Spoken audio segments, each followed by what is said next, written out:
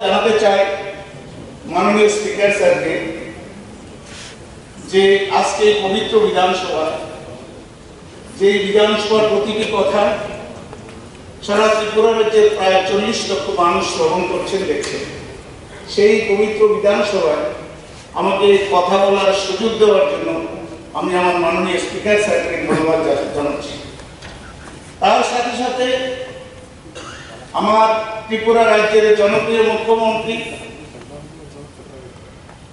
এই ত্রিপুরা রাজ্যের প্রাণপ্রিয় মুখ্যমন্ত্রী ডক্টর মানিক সাহাজিকে আমি ধন্যবাদ জানাতে চাই। এই কারণে আজকে আমাদের এই যে রাষ্ট্রবাদী সরকার ত্রিপুরা রাজ্যে, যদিও বয়স হয়েছে প্রায় 6 বছর, কিন্তু উনি কাজ করার সুযোগ পেয়েছেন প্রায় 3 বছর। কারণ আমরা 18 সালের পর থেকে আমরা শুধু ত্রিপুরা নয়, শুধু ভারতবর্ষ নয়, সারা পৃথিবী আমরা করোনা মহামারীতে আক্রান্ত ছিলাম 2.5 থেকে 3 বছর আমাদের ত্রিপুরা রাজ্যের সরকার ফর্ম করার পর পরে। তো যার জন্য 2.5 থেকে 3 বছর আমরা এইভাবে কেটে গেল ঘরে বসে থেকে। উনি 3 বছর সুযোগ পেয়েছেন। 3 বছরের মধ্যে ত্রিপুরা রাজ্যের উন্নয়ন যেভাবে বিদ্যুৎ গতিতে এগিয়ে নিয়ে গেছেন, আজকে মাঝখানে 5 বছর বাদ দিলে 35 বছরে যে আমাদের অপোজিট বন্ধু সরকারটা ছিল, তারা কোনোদিনও স্বপ্নেও ভাবেনি যে উন্নয়ন এইভাবে করা যাবে। যার জন্য আমার জনপ্রিয় মুখ্যমন্ত্রী ডক্টর মানিক সাহাজিকে আমি আমার হৃদয়ের অন্তঃস্থল থেকে আমি ধন্যবাদ জানাতে চাই। সেকেন্ড থিং, ত্রয়োদশ বিধানসভা অধিবেশনে প্রথম দিনে অর্থাৎ গত 5 তারিখে আমাদের ত্রিপুরা রাজ্যের মাননীয় রাজ্যপাল মহোদয় যে ভাষণ রেখেছেন, ভারতবর্ষ তথা ত্রিপুরা রাজ্যের মানুষের যে আগামী দিনের যে আমাদের উন্নয়ন কি হয়েছে সেগুলো নিয়ে এখানে আমাদের 92 অর্থাৎ 92টা প্যারা ওনার বক্তব্য উঠে এসেছে। উনি 1 ঘন্টা বক্তব্য রেখেছেন। আমি একজন বিধানসভার সদস্য হিসাবে বলবো যে উনি যে 92টা প্যারা হয়তোবা কেউ না কেউ ওনাকে লিখে দিয়েছেন, এটাতে অত্যন্ত ছোট হয়েছে যিনি 1 ঘন্টায় উনি করতে পেরেছেন। শুধু 92টা প্যারা দিয়ে এই ত্রিপুরা রাজ্যের উন্নয়ন, ভারতবর্ষের উন্নয়ন শেষ করা যাবে না। তার যথেষ্ট প্রমাণ আমার মহামান্য রাজ্যপালজি যে ভাষণটা 92 প্যারার মধ্যে রেখেছেন, তার সমর্থনে আমার পরিষদীয় দলের নেতা শ্রদ্ধেয় রতননাথ মহোদয়, রতননাথ পরিষদীয় মন্ত্রী, আমি নতুন, আপনাদের মধ্যে যদি আমার কোনো কথার মধ্যে ভুল ভ্রান্তি হয় দয়া করে ক্ষমার চোখে দেখবেন। তো 1 ঘন্টা উনি ওনার সব ভাষণের সমর্থনে ভাষণ রেখেছেন। তারপরেও আজকের দিনে আমাদের 3 জন আমাদের সদস্য ভাষণ রেখেছেন, তাও এই 2-3 ঘন্টার মধ্যে আমাদের উন্নয়নের কথা শেষ করতে পারেনি। আর আমি আজকে আমাদের রাজ্যপাল মহোদয়ের ভাষণের সমর্থনে যে ভাষণ রাখতে দাঁড়িয়েছি, আমার মনে হয় না আমার যে অভিজ্ঞতা ভারতবর্ষের উন্নয়ন তথা ত্রিপুরা রাজ্যের উন্নয়ন যেভাবে চলছে, সেই উন্নয়নের গতিধারা আজকে আপনাদের সামনে শুধু আমি নয়, আমাদের এখানে 34 জন আমাদের বিধানসভার সদস্য আছে। 1 ঘন্টা করে যদি টাইম দেওয়া হয়, 34 ঘন্টাও আমাদের উন্নয়ন, আমার নরেন্দ্র মোদী উন্নয়ন শেষ হবে না। তার জন্য বলছি, আমি আজকে আমার এই মাননীয় রাজ্যপালের বক্তব্য সমর্থনে আমি 2-4টি কথা বলবো, যেগুলো শুধু ত্রিপুরা নয়, ভারতবর্ষের মানুষ, আমার নরেন্দ্র মোদী যেই জায়গায় ভারতটাকে আজকে পৌঁছে দিয়েছেন, স্বাধীনতার 19 শতাব্দীর 47 সালে আমরা স্বাধীনতা পেয়েছি। আজকে বিংশ শতাব্দীর 24 সাল চলছে, আজকে প্রায় ৭৬ বছর চলে গেছে আমাদের স্বাধীনতা। এই স্বাধীনতার ইতিহাসে ভারতবর্ষের কোন লোক স্বপ্নেও ভাবেনি ডেভেলপমেন্ট এইভাবে করা যায়, মানুষের কাজ এইভাবে করা যায়। এই কয়েকটি কথা আমি বলবো। আজকে আমার নরেন্দ্র মোদী থেকে শুরু করে ওই নরেন্দ্র মোদীর শিষ্য আমার জনপ্রিয় মুখ্যমন্ত্রী মানিক শাহজি যেভাবে উন্নয়নের ধারাকে নিয়ে যাচ্ছেন, সেই ধারা যেগুলো কোনোদিনও মানুষের কল্পনা করতে পারেনি, এই থেকে ৪-৫টি কথা আমি তুলে ধরব। তার আগে আমি একটু আমার যেখানে আমার ভাই ইসলাম উদ্দিন সাহেব দুটো কথা বলে গেছেন, এই দুটো কথা আমি উত্তর দিতে চাই। উনি বলেছেন ওয়াকফ বোর্ডের জায়গার মধ্যে বড় বড় বিল্ডিং হচ্ছে, বেদখল হচ্ছে। আমার মাননীয় সদস্য সাহেব, ভাই কেন বললাম, আমার জাতি ভাই, উনি ওয়াকফ বোর্ড বলেছেন ওয়াকফ বোর্ডের জায়গার মধ্যে বড় বড় বিল্ডিং হচ্ছে, কারণ উনি তো জন্মলগ্ন থেকে আমার মনে হয় সিপিএম করছেন। সিপিএম তো মুসলমানদের মাথায় শুধু টুপি পরিয়েছে, মুসলমানের উন্নতি করেনি। ওই বিল্ডিং গুলো কিসের বিল্ডিং সেটা উনি জানে না। তুমি 25 বছর সিপিএমকে বোকা বানিয়ে মুসলমানকে বোকা বানিয়েছে, যারা তাদেরকে সাথ দিয়েছেন। আজকে ওই ওয়াকফ বোর্ডের জায়গার মধ্যে বেকার সেট হচ্ছে, মহিলাদের জন্য কি হচ্ছে, থাকার জায়গা হচ্ছে মহিলা স্টুডেন্টদের জন্য। আপনি পানি সাগর আর দিয়ে ওই জায়গার কথা বলে চলবো না। সেটা ত্রিপুরা রাজ্যে মুসলমানের কথা চিন্তা করুন, 6 লক্ষ মুসলমানের কথা চিন্তা করুন। লজ্জা থাকলে এখানে কথা বলতেন না। তার কারণ 25 বছরে এই সিপিএম 0.8% চাকরি দিয়েছে সিপিএম মুসলমানদেরকে। আজকে দিনে আমার জনপ্রিয় মুখ্যমন্ত্রী 4% চাকরি মুসলমানের জন্য। কোথায় লজ্জা থাকে মুসলমানদের? মুসলমানদের লক্ষ্য 25 বছর 0.8% গ্যারান্টি দিয়ে বলছি। কোথায় আমার ছিল মুসলমানরা শুধু টুপি পরিয়েছে মুসলমানদেরকে? লজ্জা থাকার দরকার আছে। কথা বলতে চিন্তা করে বলবেন। একা মুসলমান নয়, মুসলমান জাতিকে আর কত পিছিয়ে নিয়ে যাবে, আর কত মানুষ রাখবেন, তাদেরকে শুধু হাতে দাঁড়াতে দিন। বলছি আরেকজন আমার অভিজিৎ দলের বন্ধু বলছে, কি বলছে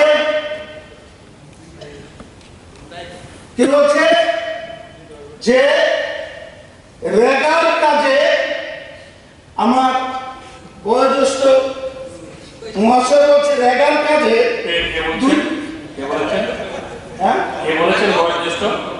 আমার জিতেন বাবু বলেছে,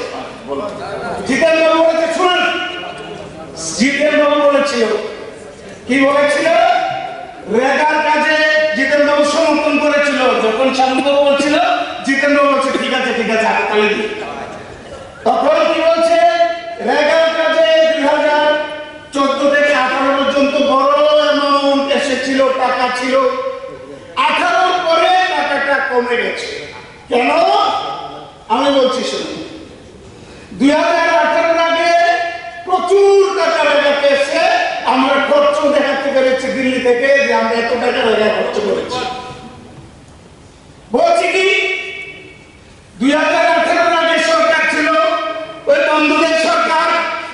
আমরা প্রমাণ করে দিয়েছিলাম আমার বৎসনগরের সুনামগঞ্জের এসডিএমের কাছে, ওই 2018 সালের আগে অনেক সিপিএম এর বাড়ির টুকুর যা আছে মনে নামে টাকা হতো। তখন এখন যথেষ্ট প্রমাণ, ওই দিল্লি থেকে যখন রেগার কাজ ইনভেস্টিগেশন করার জন্য ত্রিপুরাতে আসছিল, ত্রিপুরার আয়তন কত, 10,000 বর্গ কিলোমিটার সামথিং।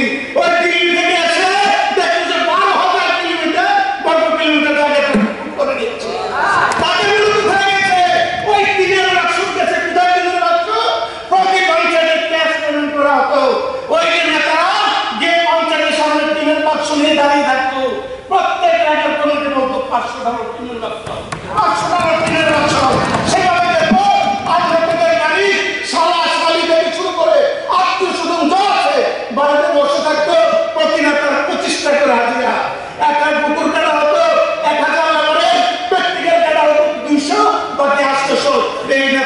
বেড়ে যেত।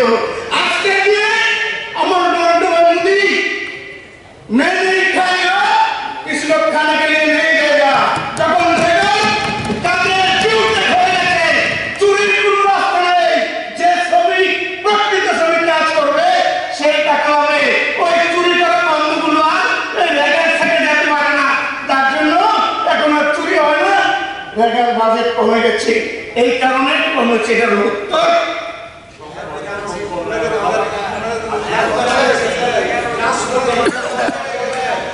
শুনিনি। আজকে কথা বলবেন না, কথা বলবেন না, কারণ গণতান্ত্রিক অধিকার নিয়ে এখানে এসেছি। নবী আসবে নবী আমার জায়গা আমাকে কথা বলতে দিন। আমার শেষ হলে পালিয়ে যাবো না, আমি এখান থেকে শুনে যাবো আমি কি মিথ্যা বলেছি। প্লিজ কথা বলবেন না, আমরা সিনিয়র আমাকে বলতে দিন। সেটা আমার অধিকার, আমি মাননীয় স্পিকার সাহেব দিয়েছেন। বলুন, অন্য কথা না বলি, কাজের কথা বলুন। বলছি আজকে কি বলছে, আজকে এখানে বুজুর্গ নেতা বহুত পুরনো 30 বছরের 25 বছরের 15 বছরের মিলে আমার 2 দিন হলো এখানের বয়স। দেখলাম কি এখানে যারা সিনিয়র এই পবিত্র বিধানসভার মধ্যে অশ্লীলভাবে কথা বলে বিনা কারণে সময় নষ্ট করে বারবার দাঁড়ায়, উঠে আর বসে দাঁড়ায়, শুধু শুধু বিনা কারণে করে। বলছি সেগুলো কে বলছে। এর আগে বলবো আমাদের মাননীয় প্রধানমন্ত্রী ওই যে বলেছিলেন যে ভারতবর্ষের মানুষ স্বপ্নেও দেখিনি যে কাজটা আমার ভারতবর্ষের প্রধানমন্ত্রী 300 শতাব্দীর পর করেছে।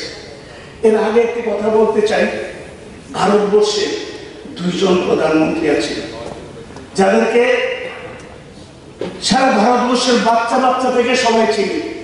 2 জন প্রধানমন্ত্রী, একজন 2004 সাল থেকে 14 সাল পর্যন্ত 10 বছর ছিলেন, আরেকজন 14 থেকে 24। কেন চিনেন? এই কারণে চিনেন, 2 জন প্রধানমন্ত্রী, একজন হলেন মনমোহন সিং। বাচ্চাকে যদি জিজ্ঞেস করেন মনমোহন সিং সম্বন্ধে বলবে কি একটা পরিবারের আবাসটা, একটা পরিবারের আবাসটাম ছিলেন তিনি, একজন প্রধানমন্ত্রী। ওই পরিবারের কথা ছাড়া ঘর থেকে বেরোতেন না। এই যে আবাসটা ওই সময়কার মানুষ, ওই সময়কার প্রতি স্টেটের মুখ্যমন্ত্রীরা ভয় পেত কার কপালে এই আবাসটা করে যায়। ভুল করে 2011 সালে পশ্চিমবঙ্গে একটা মহিলার কপালে পড়েছিল। আজকে সারা বিশ্বে ওই মহিলা নাম উজ্জ্বল আছে। বালিচুর, কয়লাচুর, গরুচুর, ছাগলচুর সব নবীশনে জেলে ঢুকছে। বিশ্ব চুরের নাম রানী নামে পরিচিত সেই সিলটা 11 সালে ওই দিদির কপালে পড়ছিল। এই জন্য অনেকে ভয়ে থাকতো ওই সময়। এরপরে নাম পেতাম না দাদা। এরপরে আসলে পরে 14 থেকে 2024 সালের মুখ্যমন্ত্রী প্রধানমন্ত্রী আজকে ভারতবর্ষের প্রায় 150 কোটি মানুষের যে কোনো ঘরে যাবে জিজ্ঞেস করবে ভারতবর্ষের প্রধানমন্ত্রীকে, বাচ্চাটাও বলে দেবে নরেন্দ্র ভাই মোদী উন্নয়নের কান্ডারি, উন্নয়নের দিশারি। সেই নরেন্দ্র ভাই মোদী নাম বলবে। কেন নরেন্দ্র ভাই মোদীকে চিনে শুনে নিন, তারপরে বলবেন আমি পালাবো না। প্রত্যেকটি প্রশ্নের আবারও জবাব দিয়ে যাবো মিথ্যা কথা বললে।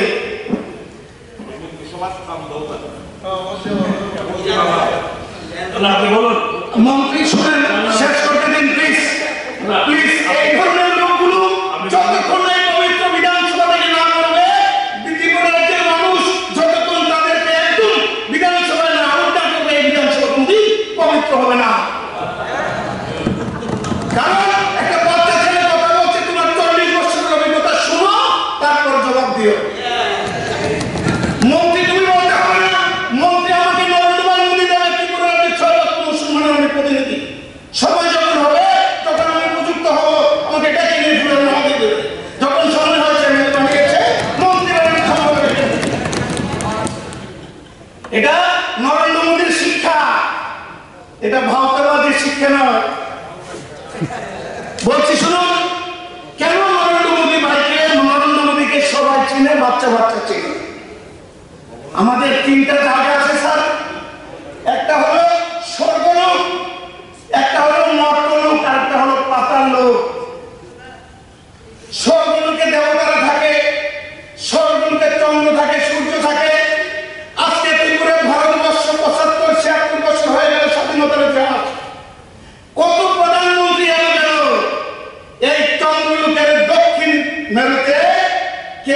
চন্দ্রযান উঠাতে সাহস করেনি।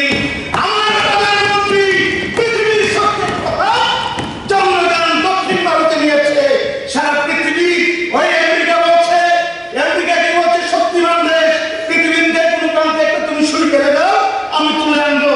সেই আমেরিকাকে বুড়ো আঙুল দেখিয়ে পৃথিবীর সর্বপ্রথম দক্ষিণ ভারতে আমার নরেন্দ্র মোদী চন্দ্রযান উঠিয়েছে। সেটাই হলো আমার দেবলোক দখল করে নিয়েছেন।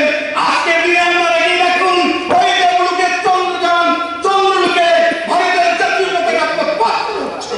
সেটা আমার নরেন্দ্র মোদীর কৃতিত্ব। বলছে কি উন্নয়ন নেই, কোথায় স্বপ্নগুলো সিপিএম ভাবতে পারেনি। স্বপ্নগুলি ওই স্বাধীনতার 65 বছর শাসন করেছে, কংগ্রেস কোনোদিন ভাবতে পারেনি যে চন্দ্রযানের দক্ষিণ মেরুতে আমাদের চন্দ্রযান 3 যাবে। সেকেন্ড দিন তাই শেষ করেন মাননীয় স্পিকার স্যার। আজকের দিনে মর্তলোকে আসেন ভারতের জাতীয় পতাকা, দেশপ্রেম কাকে বলে, রাষ্ট্রবাদী কাকে বলে, নরেন্দ্র মোদী থেকে শিখতে হবে। মিথ্যে যদি বলি, ওই যে আমার সিনিয়র বন্ধুরা কি বলছে অশ্লীল ভাষা, আমরা নাকি কি বলে জুমলা। আমি আমার শ্রদ্ধেয় এখানে জিতেন বাবুকে প্রশ্ন করতে চাই। আমি যে কোন কথাটা বললাম, পৃথিবীর সর্বপ্রথম ভারত নরেন্দ্র মোদীর নেতৃত্বে দক্ষিণ মেরুতে চন্দ্রযান 3 গেছে, সেটা কি জুমলা? বলুন এই সাহসটাকে রাম মন্দির করার কথা আসছি, এটার উত্তর দিন। যারা পৃথিবী কাঁপিয়ে দিয়ে আজকে দেখিয়ে দিল আমরা পারি ভারতবর্ষ কোথায়, এটাকে জুমলা বলুন না। একবারও তো মুখে আসলো না যে এটা ভারতবর্ষের জন্য হয়েছে, এটা কি নরেন্দ্র মোদীর একা ক্রেডিট, এই 150 কোটি ভারতবর্ষের ক্রেডিট?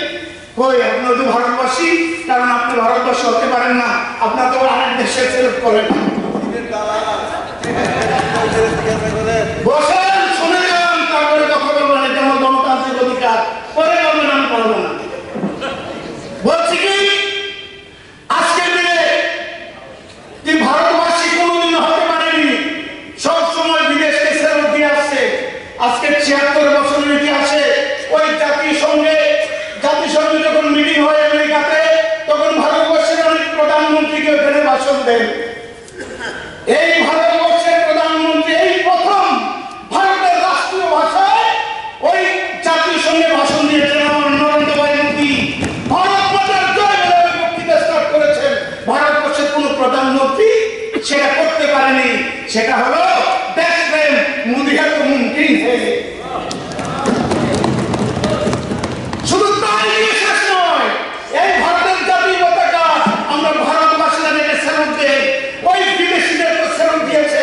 যার জন্য আমি বলছি, একটা রাবারস্থান হলো একটা পরিবারের, আর নরেন্দ্র মোদী হলো বিশ্বকে রাবারস্থান বানিয়ে তার মর্জি মতো বিশ্বকে চালাচ্ছে। সেটা নামে নরেন্দ্র মোদী। রাবারস্থান দুইটা, বিচার করুন কোনটা। তাই বলছি কি, আজকের দিনে ওই ইউক্রেন রাশিয়া যুদ্ধ হয়েছে, আমার নরেন্দ্র মোদী দিল্লি থেকে ফোন করে বলে দিয়েছে, ওই তোমরা যারা বিপদে পড়েছে আমাদের ইন্ডিয়ার ছাত্রছাত্রীরা এবং ব্যবসায়ীরা, প্রত্যেকে ওই গাড়িতে উঠে যাও, সেই গাড়ির সামনে থাকবো আমার জাতীয় পতাকা। জাতীয় পতাকা লাগিয়ে গাড়িতে উঠে যাও। তখন আমার ওই দেশের বিপদগ্রস্ত ভারতবাসীরা, স্টুডেন্ট, ব্যবসায়ী সবাই জাতীয় পতাকা গাড়ির সামনে লাগিয়ে দিয়ে যখন মোদীর রথ ছুটলো, সেই রথে পাকিস্তান, আফগানিস্তান, চীন, পাকিস্তান, আফগানিস্তান, শ্রীলঙ্কা, বাংলাদেশের ছাত্রছাত্রীরাও উঠে কি স্লোগান দিল, ভারত মাতা কি চায়।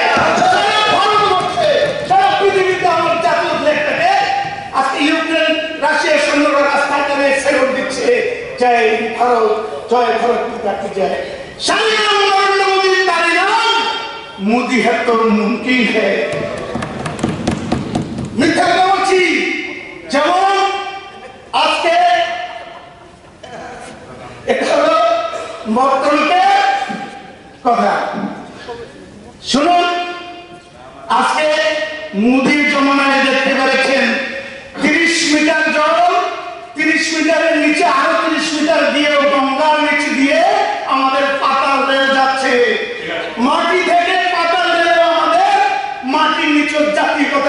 ওই রেল স্টেশনে, ঠিক আছে। সেটার নাম নরেন্দ্র মোদী। একটা কথা বলে শেষ করো প্লিজ, আমাকে 2 মিনিট টাইম দেন। একটা কথা বলে শেষ করবো, আর ছিল একটা লাস্ট কথা বলবো।